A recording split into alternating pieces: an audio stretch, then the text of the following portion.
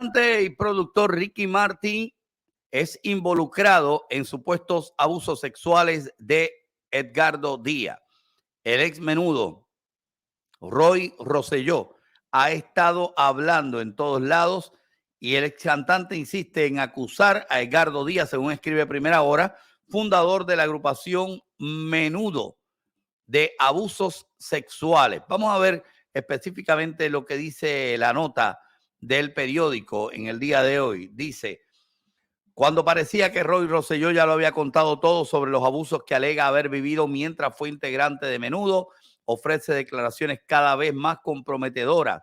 El ex cantante insiste en acusar a Edgardo Díaz, fundador de la agrupación, y esta vez detalla situaciones escandalosas que involucran a Ricky Martin y a Robbie Draco Rosa. Fíjate lo que el periódico usa estas palabras: insiste en acusar, alega que acusar. O sea, todo esto, claro, por supuesto, como por esta trama, dice: sí abusaron de mí, no he hablado de ello porque todo en esta vida tiene su momento y ahora estoy espiritualmente listo para hablar.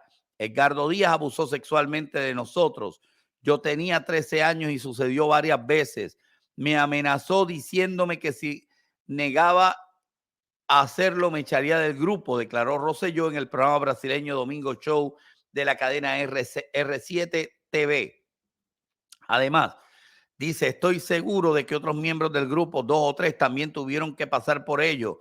Fui el único menudo que no tuvo despedida oficial. Rosselló hizo referencia esta vez a una fiesta que se celebró en la isla, sobre la cual, según dice, no había querido hablar.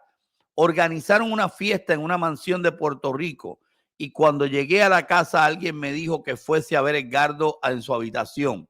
Nunca se lo conté a mi familia por vergüenza. En aquella época Edgardo era muy poderoso, tenía muchos abogados. En esa fiesta, cuando llegué a la habitación, vi a Ricky Martin vestido de mujer. Llamé a Robbie Draco Rosa, que vino y le dio un puño a Edgardo mientras yo estaba allí, mientras yo salí de allí corriendo. Llegué a la calle y me tumbé en la carretera rezando para que un coche me atropellara. Hace unos días, en el programa de la telerrealidad brasileño Alfaenda, Rosselló dijo que se sorprendió profundamente cuando Ricky Martin hizo pública su homosexualidad.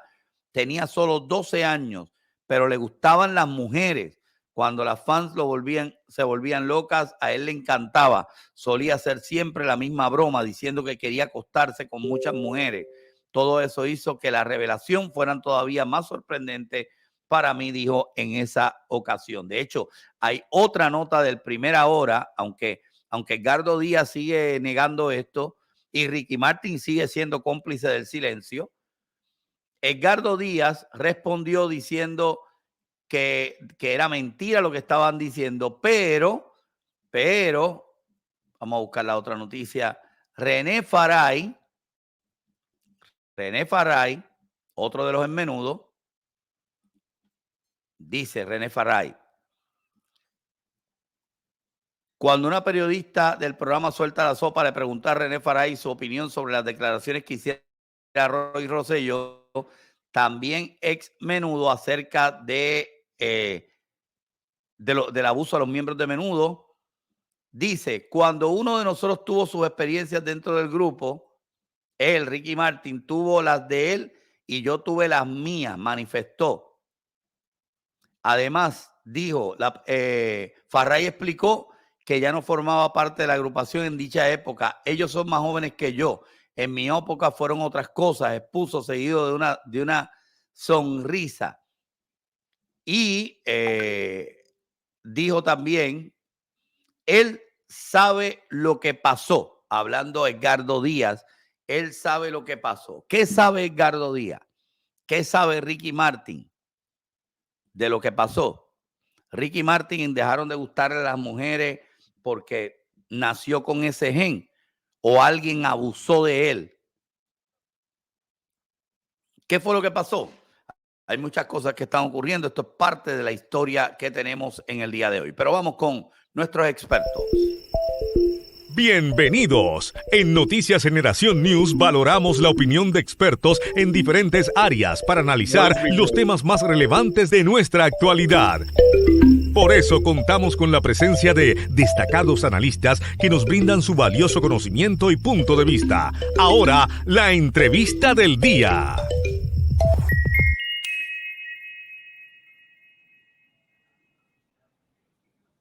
Damos la bienvenida al licenciado Michael Corona, que está con nosotros. Michael, buenos días, ¿cómo te encuentras? Buenos días a ti, buenos días a los que nos ven y nos escuchan siempre todos los lunes a esta hora. Bueno, tú sabes que no todo se puede hablar aquí en el programa, ¿verdad? Porque como abogado también tú tienes que mantener una prudencia cuando estás llevando un caso. No te voy a hablar así de ningún caso específico, pero como la gente sabe que tú estás aquí los lunes y el domingo se vuelven locos escribiéndome, mira, me pregúntale a Michael Corona de esto, oye, que Michael Corona hable de esto. Ponen un post aquí de estadistas conservadores que dicen: Ricky Martin es citado para responder interrogantes del licenciado Michael Corona. Esto ante alegado abuso sexual contra un menor. ¿Será por esto que Ricky Martin y sus amigos de los medios que reciben billetes de su publicista se niega a promover Sound of Freedom? Dice, y sale un artículo ahí que dice, citado a responder interrogantes, Ricky Martin. ¿Verdad? Tú quieres hacer un interrogatorio a Ricky Martin y crees que se va a poder, que los jueces van a permitirlo, o sea, que una corte se va a permitir que se le hable de todo o en un interrogatorio. Bueno, con relación a esto, pues lo que obviamente tengo que ser comedido en lo que estoy diciendo. Sí puedo decir lo que se expresó públicamente en esa vista, que fue el pasado viernes.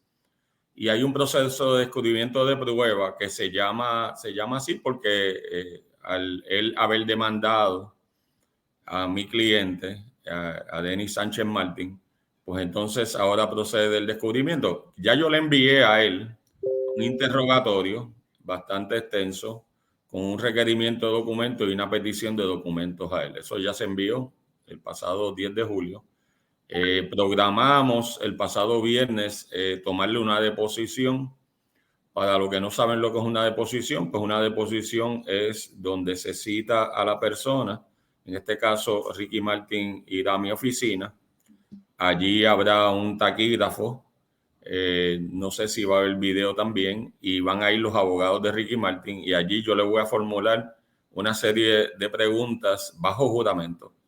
Y esas preguntas no necesariamente tienen que ver directamente con el caso. Yo le puedo preguntar un montón de cosas que pueden ser colaterales, pero que nos sirvan a descubrir la verdad aquí. Así que eso va a ocurrir. Igualmente, la otra parte, Ricky Martin va a tomar una deposición a mis representados y eso se hará de la misma manera en la oficina de ellos. Y eso es lo que puedo decir hasta ahora. Con relación a lo que presentaste de información pública, te tengo que decir que en términos de este escándalo del Grupo Menudo, que es un escándalo mucho más amplio que meramente Ricky Martin, sino que envuelve al fundador de Menudo y a todos los menudos que han participado, que son como 30 en este asunto. Esto viene sometiéndose al escrutinio público desde hace bastante tiempo. Es decir, Roy Rosselló involucró a Edgardo Díaz en esto hace 8 o 9 años atrás. La prensa no le prestó mucha atención, pero lo hizo. También la gente que le interesa el tema, hay 2 especiales que han salido los pasados años. Uno que salió en HBO que se llama Menudo Forever Young, donde se trata estos temas y donde incluso se habla de, que la gente a veces se olvida, de la persona que denunció esto, que tenía la tienda de Menudo en Nueva York, que fue arrestado en medio del programa de Carmen Jovet mientras se estaba filmando por la policía de Puerto Rico, en un hecho escandaloso. También hay una segunda serie que es más reciente, de hace varios meses, que se llama Boys Betrayed, que se enseñó en Peacock. Menudo, Menéndez plus Menudo. Esa serie incluye a Roy Rosselló hablando libremente de todas las situaciones que pasaron. Así que esto se ha venido debatiendo. Lo que pasa es que a veces la gente no está consciente de estos documentales. Que le interesa el tema, pues tienes esos 2 documentales para verlo. se habla no solamente de abuso sexual contra Roy Rosselló, se habla también de abuso sexual contra un grupo bastante sustancial de menores en Menudo. Esto venía ocurriendo hace tiempo porque Menudo, a través de Edgardo Díaz, insistía que los padres de estos jóvenes, muchos de ellos no eran personas pudientes, renunciaran a su patria potestad y custodia, y él asumía control completo de las cuestiones educativas, de salud y de otro tipo mientras estaban viajando y estaban entrenando y para los distintos shows. Así que es un tema que lleva debatiéndose públicamente y yo insto a las personas que si quieren empaparse de ella, pues está allí.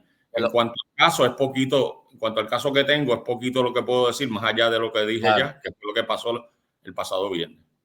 Claro, pero fíjate una cosa, como todo este issue y el issue del caso que estás llevando, aunque estamos claros, no se puede hablar mucho sobre esto, y sobre todo para no dañar la investigación que has estado haciendo o no adelantar cuáles son por las líneas por donde vas.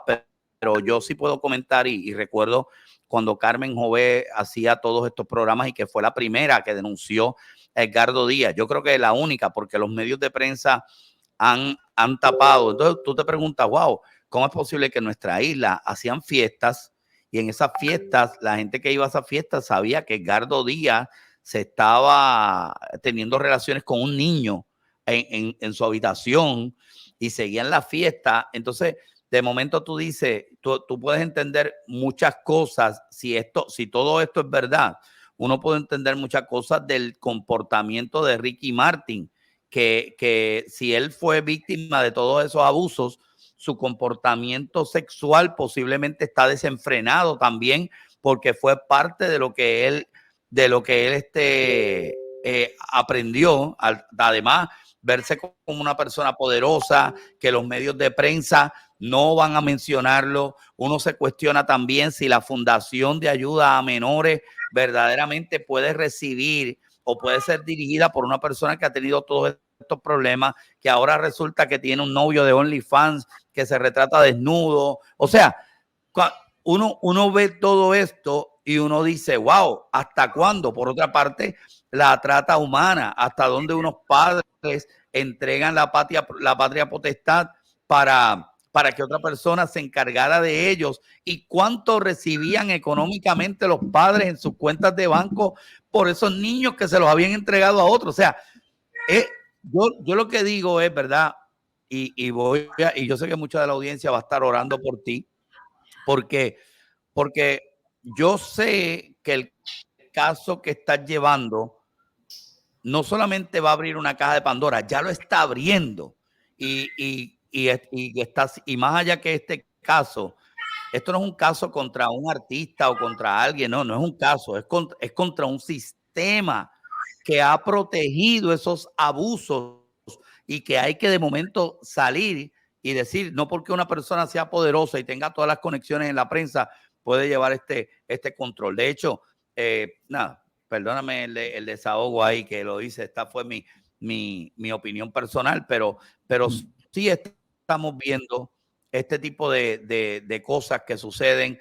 Y tú como abogado, con tu experiencia, voy a hablar de tu experiencia ahora. Tú como abogado con tu experiencia, ¿tú crees, por ejemplo, lo que dice uno de estos muchachos, Roy Rosselló, que Edgardo Díaz era muy poderoso y conocía muchos abogados, me imagino que en aquel tiempo jueces, fiscales? ¿Tú crees que el sistema de justicia escondió o menospreció acusaciones de abusos en estos casos, o verdaderamente esto estaba pasando escondido y nadie sabía que estaba pasando? Yo creo que hay una combinación de ambos, y esto es un buen momento histórico para hablar de esto, porque sabemos que salió hace 2 semanas la película Sounds of Freedom, que es una película que ha sorprendido a todo el mundo, como ha llenado las salas de teatro. Es una película que tardó 5 años en salir a la luz pública, precisamente por el boicot de los sectores más poderosos de Hollywood. Lo hizo un estudio pequeño. 5 años para sacar una película como esa, pues dice todo. Es decir, hay una situación de censura a este tema. Públicamente hemos visto casos como del famoso actor Kevin Spacey, que se le ha acusado de agresión sexual con menores. Ha tenido varios casos con eso. Así que es un tema que no se quería hablar. Creo que muchos sectores sabían que existía, pero era como algo que no se permitía. Y en cuanto a poder, el poder que tenía el manejador de Menudo, pues es evidente. Para la época en que ocurrió el incidente con el invitado de Carmen Jovet, yo era fiscal y a mí me pareció altamente irregular de que estando una persona en un programa de televisión, específicamente el programa de Carmen Jovet, llegara allí la policía sin orden de arresto, sin una orden de registro, y se presentaran allí para arrestar a esta persona en vivo, en medio del programa. Eso es una cosa que me indicó el enorme poder que tenía Edgardo Díaz. Y ese hombre estaba hablando mal de Edgardo Díaz en el programa de la televisión y la policía fue allí a arrestarlo. Arrestarlo por difamación, lo citaron. Y que luego yo nunca he visto algo así. O sea, y por difamación primero tiene que haber unas cartas de aclara esto, y después viene la demanda. Y él estaba hablando precisamente de la cuestión de abuso sexual contra menores dentro de Menudo. Así que es una cosa sin precedentes, pero demuestra el poderío que tenía.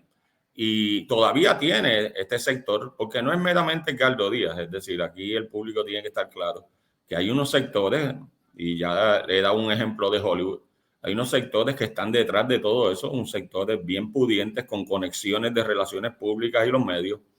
Y este sector es bien difícil de uno enfrentarse a él. Y están en todas partes, su influencia está en todas partes. Así que no me hago de ilusiones de que todo este proceso va a ser fácil ni sencillo. Hay una serie de cosas que tenemos que, ¿verdad?, llevar a cabo. Pero yo creo que es importante que a la medida en que el debate está público, eso es importante, que la gente sí fue a ver, está viendo esa película, sí va a ver los documentales, la gente se está creando conciencia de este problema y quizás podemos de esa forma evitar futuras víctimas de esto, porque yo creo que de las cosas más repudiables y asqueantes para uno es tener un niño sometido a la agresión sexual, a esa tortura, un niño indefenso que no está preparado para esas cosas y que ciertamente esas actividades marcan la vida de ese niño cuando es adulto. La marcan porque es una situación donde se manipula a la persona y luego de que ocurre la agresión sexual, pues ocurre lo que se llama en Estados Unidos gaslighting, que es que empieza las mismas personas que estaban haciendo la agresión a cuestionar la sanidad de esa persona, a decir que está loco, a decir que se está imaginando las cosas. Eso es lo que se llama gaslighting en Estados Unidos. Y ciertamente es algo que se ha hecho con las imputaciones de agresión sexual en Hollywood, en distintos actores, y se sigue haciendo. Y es un fenómeno que la gente tiene que observar porque es la forma de manejar este asunto. Se niega y entonces empieza a atacarse a la víctima diciendo que la persona se está inventando las cosas. Y estoy hablando en términos generales del asunto porque ha pasado muchísimas veces. Fíjate, te voy a hacer una pregunta. Voy a volver un poco atrás y te voy a hacer una pregunta. Ok, vamos a la clase de leyes en este momento. Voy a hacerte una pregunta de la clase de leyes. No estoy hablando de esta deposición, estoy hablando de cualquier deposición. Cuando ocurre una deposición, una deposición es técnicamente una declaración jurada. Es correcto. Okay. Es una declaración jurada. Ok, la persona se le pregunta, ¿usted alguna vez, voy a exagerar un poco, ¿usted alguna vez ha comido arroz y habichuela? Y lo que conteste la persona tiene que ser consistente en lo que diga, porque si cambia la versión más adelante puede traer perjurio. Correcto, porque la deposición se toma bajo juramento y por lo tanto cualquier cosa que sea falsa e incorrecta pues se expone a perjurio.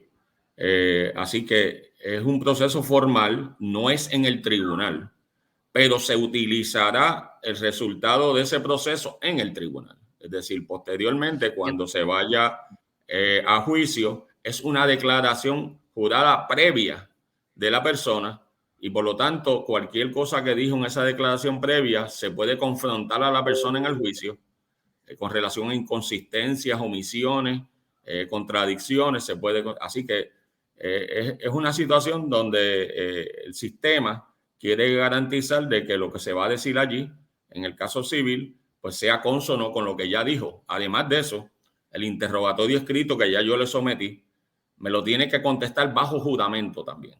Estas son cosas que son parte del procedimiento civil y va a tener que notarizarlo y someterlo bajo juramento. Así que son varios procesos jurados antes del juicio. Wow. Sí, que bueno, por eso es que es bien importante que en esas deposiciones se diga la verdad y nada más que la verdad, porque si la persona por tratar de esconder algo o que algo no salga a la luz, dice que eso nunca ocurrió y de momento sale más adelante evidencia o se le olvidó que lo escribió en un libro o que lo dijo en algún lado, o sea, ya ahí esto puede complicar aún más la cosa para la persona que está siendo interrogado. Por eso es que es importante siempre decir la verdad, ¿verdad? Y más en estos casos que son bien serios. Tengo una pregunta personal, Michael.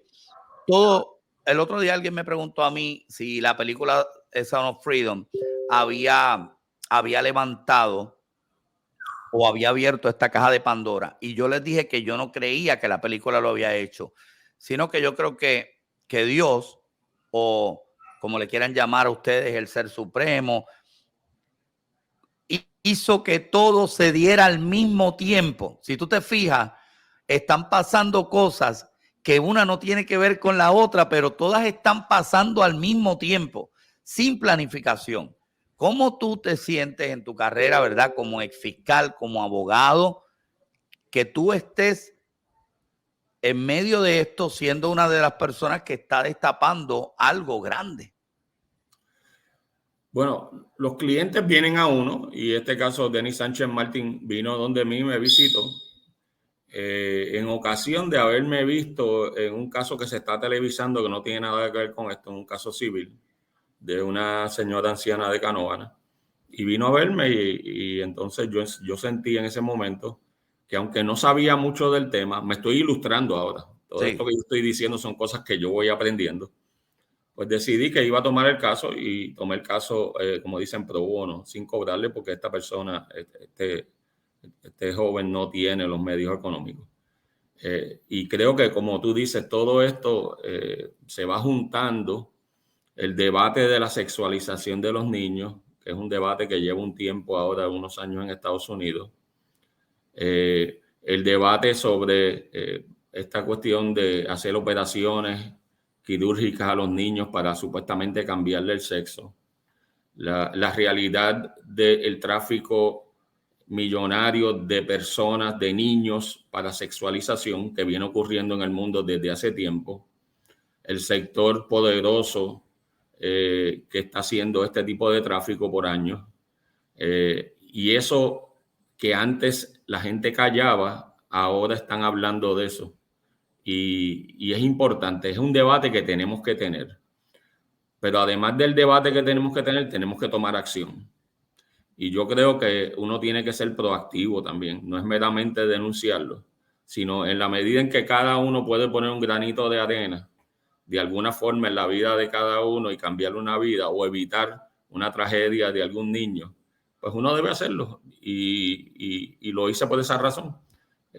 Porque entiendo que aunque esto es una situación que toca a esta persona en particular que vino a mi oficina, pues es una situación que se está reproduciendo mundialmente y hay que denunciarla, hay que tratar de evitar que nuestros niños pasen por eso. Porque los efectos psicológicos y los efectos psiquiátricos, los efectos mentales, mira el caso de Roy Rosselló. Roy Rosselló, su vida se destruyó completamente. Se fue y se exiló en Brasil por muchos años. Ahora está volviendo.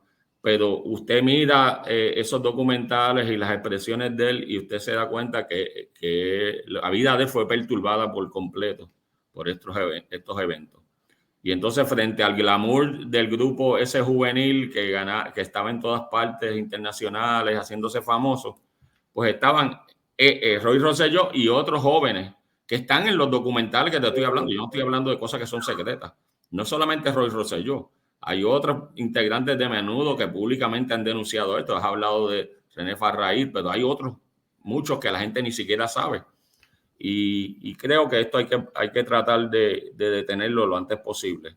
Y en ese sentido, pues yo estoy claro dónde estoy parado en este issue.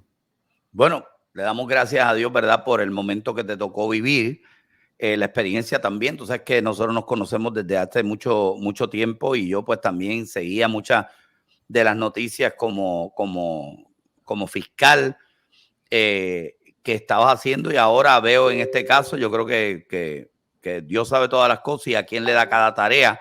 Así que me siento contento, orgulloso de que tú seas parte de este equipo de Noticias Generación News y de Tiva TV. Yo te doy las gracias. Digo, no sé si hay algún otro tema que se nos haya quedado, pero te doy las gracias por haber explicado a la gente parte de esto, de lo de la trata humana que está ocurriendo y que ocurre en el mundo y en Puerto Rico. Sí, y yo insto a las personas a que vean estas cosas que le he señalado, que vayan a ver la película, que vean estos 2 documentales, que se empapen del tema, que busquen, que se informen con relación a esto, porque creo que hay que crear conciencia. Y este caso también hay que instar a las autoridades a actuar, que muchas veces se niegan a actuar. Y es parte del proceso. Así que creo que es un tema complejo que requiere mucho tiempo para discutir, pero en la medida en que la gente se crea conciencia sobre el mismo, pues es importante. Y creo que también, y lo he dicho públicamente, en Puerto Rico los juicios civiles no son por jurado, en Estados Unidos sí lo son, en la federal lo son. Y creo que Puerto Rico ya tiene que ir evolucionando hacia un juicio por jurado en los casos civiles.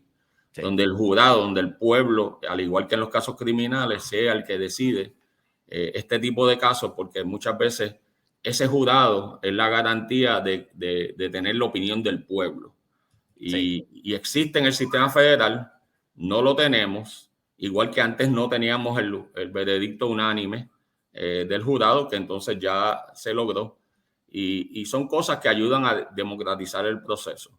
Y aunque no lo tenemos ahora, creo que es un buen momento también para debatir eso. Si debemos tener que sea el pueblo mismo en un jurado el que decida, además de los casos criminales, los casos civiles. Así mismo es. Yo creo que sí. Yo estoy de acuerdo completamente contigo. A mí me sorprende, ¿verdad?, que en los casos civiles sea un juez, porque, mire, se presta para la desconfianza. Después entonces empiezan a decir, no, lo que pasa es que este juez lo nombró fulano y aquel que estaba en el caso civil es amigo, está conectado con él. Entonces, al juez es el que le conviene que eso vaya a un jurado y que sea el jurado. Sin duda. Que tome la decisión. No tengo la menor duda de que en casos donde hay mucha presión, al juez también le conviene que sea el ciudadano el que lo escoja. O sea que yo no estoy diciendo por el ciudadano nada más. Yo creo que a todas las partes le conviene que sea un ente imparcial, la gente de la calle, el elector, el que forme ese jurado y tome la decisión. Así mismo es. Bueno, Michael Corona, muchas gracias por haber estado aquí como todos los lunes. Nos vemos la semana que viene, si Dios quiere. Saludos. Claro que sí. Señoras y señores, ahí estaba Michael Corona, el abogado del momento. Miren ahí, ustedes lo ven, el abogado del momento. Me encanta este análisis que hizo y también